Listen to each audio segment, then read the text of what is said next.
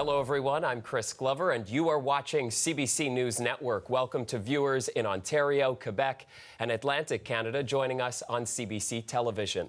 We begin with breaking news from Ottawa. Here's the scoop, and it is a big allegation. The provincial government rejected its own public health agency's advice and then told the public that they had been consulted. And one of the top executives at Public Health Ontario was so dismayed by this whole ordeal that she decided to go public, spoke exclusively to the Toronto Star, and then today many scientists shared her concern. Well, it's still tough to tell, and that is because everyone is watching Philadelphia, Pennsylvania. There are still some 40,000 votes there to be counted, and officials are saying it could take several days before we have all of those votes from Philly tabulated. I want to give you a bird's eye view of Jurassic Park. This is the biggest party in the country for the NBA Finals, and these fans have waited 24 years in order to get to this moment. So what's a little bit of rain? They certainly don't seem to mind. It's nice to hear Chris Hadfield say normal people will soon get a chance to do this. Maybe we'll be on a next flight. What do you think, Hannah? I think there's probably some people who would like to send me there. The halls of a Toronto school are getting quite the makeover right now, thanks to Indigenous artist Phil Cote. And Yelena Adzik has been checking it out for us. I know the wet paint signs are still up over at that school.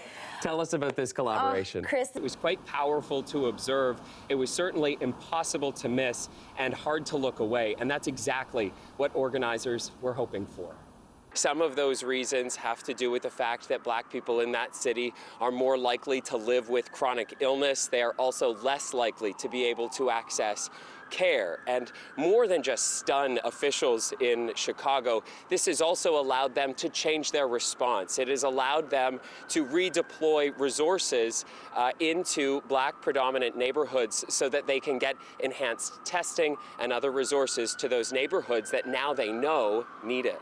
Many parts of this area are very heavily wooded. Other parts you see look more like a field, but there are a lot of investigators there. They have sniffer dogs as well as helicopters, and Canadian forces are also there assisting in this search effort for Martin Carpentier. This manhunt has been going on now for days.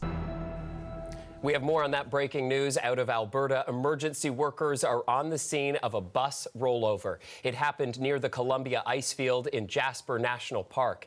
Alberta's air ambulance service has also sent 3 helicopters to the scene in response. Harvey Weinstein currently has another trial that will go ahead in LA.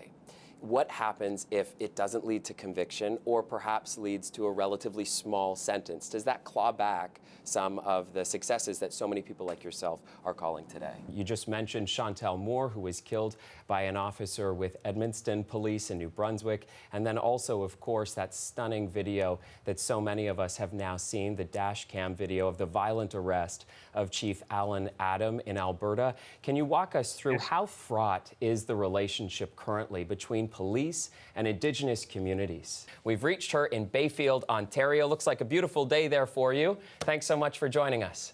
Finally for us tonight, a couple from Cleveland is feeling the love from Toronto. They were supposed to celebrate their anniversary here, but like so many things, COVID ruined their plans. So the couple got creative, and then so did our Ali Chiasson.